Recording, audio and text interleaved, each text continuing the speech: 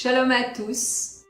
Cette semaine, nous lisons la Parasha Vayeshev et nous nous trouvons dans une semaine exceptionnelle, pleine de lumière, car nous venons de fêter la libération du premier rabbi de Chabad, le rabbi Shneur Zalman de Liadi, surnommé le Admor Hazaken, et fondateur de la Chassidut Chabad. Il faut savoir, en fait, qu'il y a une relation étroite entre la Chassidut Chabad et la France, et c'est ce que va nous expliquer le rabbi dans la Sira. Alors le rabbi pose la question suivante: pourquoi le monde est-il plus prêt aujourd'hui à la Géoula que dans les générations précédentes? Et la Torah Chassidut explique qu'après la destruction du Beth Amikdash, le peuple juif a été éparpillé dans le monde entier. En extériorité, c'était une grande descente, mais en intériorité, c'était quelque chose de très élevé. C'est ce qui a permis de remonter les étincelles de divinité du monde du Tohu, qui étaient tombées au moment de la brisure des réceptacles. Et là, je vais donner une petite explication. C'est-à-dire qu'en fait, Kadosh Baruch Hu, avant de créer ce monde, a créé des mondes spirituels, et donc dans le monde du Tohu. Et ces lumières, ces mondes en fait étaient pleins de lumière. Et il y avait extrêmement peu de réceptacles, donc ça n'a pas pu tenir. Et en fait, il y a eu donc comme une explosion, et des étincelles de divinité sont tombées. Et quand Dieu a créé le monde, ce monde-là, en fait, le premier monde en fait matériel, donc ces étincelles étaient enfouies, et le travail justement du peuple juif était de remonter ces étincelles, donc depuis Abraham Avinu jusqu'à 1991, où justement le rabbi nous a dit que le raffinement était terminé, que les étincelles avaient retrouvé leur place.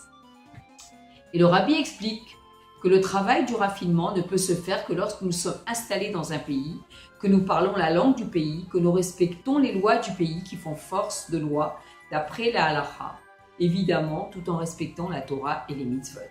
Et dans notre génération, en fait, il y a un niveau particulier.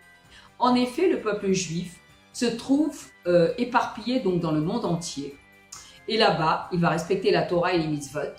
Il va donc construire aussi donc, des institutions de Torah, des écoles, des mikveh, des beth knesset, etc. Il faut savoir que cela n'existait pas dans les générations précédentes. Et nous voyons dans tout cela le raffinement de la France. En effet, dans la Haftara de la semaine dernière, le prophète Ovadia va dire que la Galoute a commencé par la France. Et de ce fait, il y a un lien très profond avec la Géoula. Car le raffinement du monde, dans sa plénitude, passe par le raffinement de la France. Et le rabbi nous raconte que la guerre spirituelle que Admor Hazaken a fait contre Napoléon Bonaparte, alors qu'il avait envahi la Russie, et Admor Hazaken a dit comme ça: si la France gagne, les Juifs seront dans une meilleure situation matérielle, mais au niveau de leur émouna et de leur foi, en fait, ils vont être extrêmement éloignés d'Hachem, donc ils vont carrément oublier Dieu. Mais si la Russie gagne, en fait, ils seront beaucoup plus pauvres, mais ils resteront avec Akadosh Baruch Hu. Et c'est en fait ce qui s'est passé. C'est-à-dire que Admor Hazaken n'a pas pu donc assister à cela parce qu'il était déjà parti de ce monde, mais il a promis à son fils, le Admor Haim Saï, qu'effectivement la Russie allait gagner. Et c'est ce qui s'est passé. La France du temps de Admor Hazaken était extrêmement loin de la sainteté. Et la Révolution française, en fait, elle a amené un vent de liberté en ce qui concerne toute la croyance en Akadosh Baruch Hu. En ce qui concerne la France, en fait, plusieurs Rebbeim, Chabad, sont arrivés en France, déjà du temps du Rabbi Shmuel, le Rabbi Amarash, est arrivé en France et il a ramené quelques balais de Tchouva. Il est venu plusieurs fois en France pour faire donc des balais de Tchouva. Ensuite, il y a eu son fils, le Rabbi Arachab, qui est arrivé donc à Menton plusieurs fois. Et là-bas, il a écrit des Mahamarim de Chassidut, donc du Haïm Bet, qui sont très, très, connus donc chez Chabad. Il les a écrits justement à Menton et là-bas il a fait un certain raffinement. Ensuite il y a eu donc le fils du Rabbi Arachab, le Rabbi Yosef Yitzhak de Lubavitch, le précédent Rabbi, est arrivé en France et qui a donc fondé la Yeshiva Tomchet Mimim. Il a donc aussi fait publié des Mahamarim et imprimé des Mahamarim, etc. Et il y a eu ensuite notre Rabbi, le Rabbi Menachem Mendel Schneerson et la rabbinite, qui sont venus en France. Ils sont restés là-bas de 1933 jusqu'à 1941.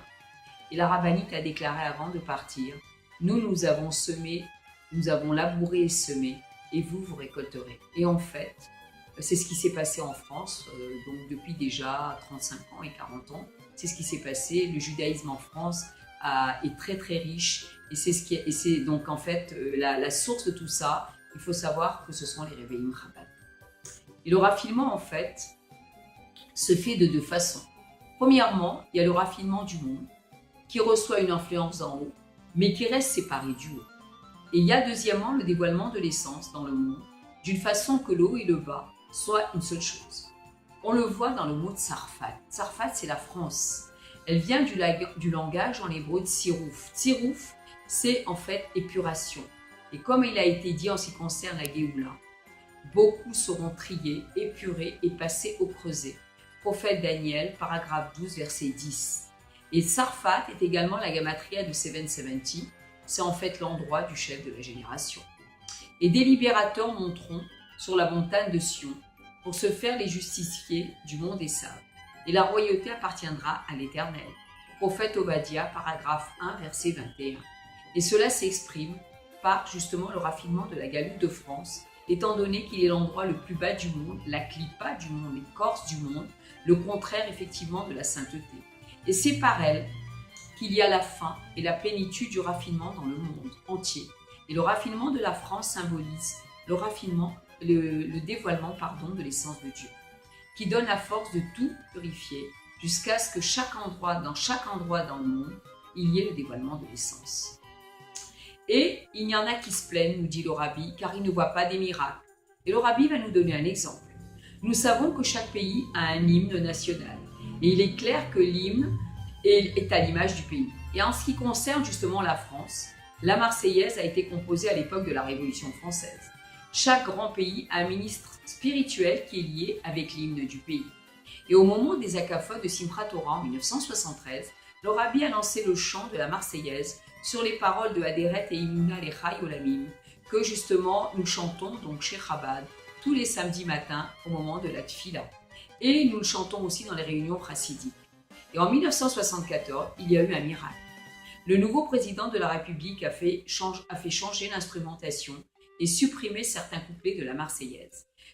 Le ministre spirituel de la France a ressenti que l'hymne était passé du côté de la sainteté, et c'est ce qui a entraîné un changement. Et il est clair qu'il n'y a que le Rabbi qui peut faire quelque chose de si grand.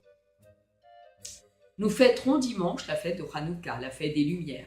Et il est important de se réunir aussi bien en famille que justement avec d'autres personnes, c'est-à-dire d'organiser des réunions donc chassidiques, d'être ensemble, de raconter l'histoire de Hanouka, de manger des beignets, etc.